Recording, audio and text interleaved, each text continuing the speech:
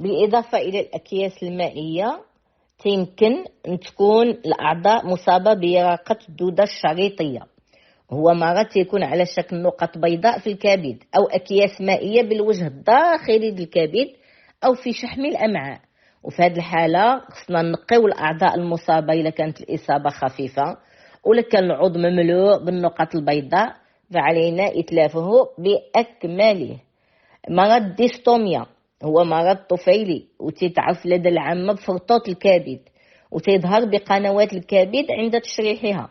فإذا كانت الإصابة خفيفة خصنا نقيو الكبد ونغسلوه، ولا كانت الإصابة بالغة بحيث تصبح الشرايين الداخلية الكبد صلبة مع تغيير اللون الكبد إلى تغيير ديال هاد الشرايين إلى اللون الأبيض، ولا عند تشمع الكبد خصنا نتلفوا العضو بأكمله.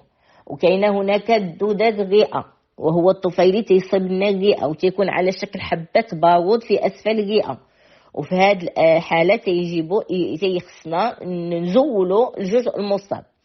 إذا بعد انتهاء من عملية الدحب وفحص اللحم والأعضاء قلنا غادي نقوم بإتلاف الأعضاء الغير صالحة للاستهلاك. دائما طريقة الإتلاف إما تنحرقوها أو تنكبوا عليها بعض المواد الكيميائية القاتلة أو ندفنوها في الأرض. وندفنوها يعني في الأرض تكون بعيدة غامقة بعيدة عن متناول الحيوانات خاصة منها الكلاب والقطط. لا خليتيها يمكن تأكل الكلاب وهذا المرض انتشر عاوتاني بصفة أكثر.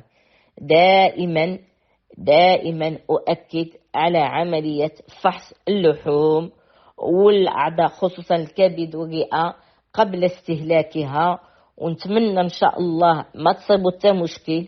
وإلا كان شي مشكل بحال هادو اللي تكلمنا فلا بد الواحد يتصل بالمصالح البيطرية اللي راها تدير المداومة قبل استهلاك اللحم أو الأعضاء.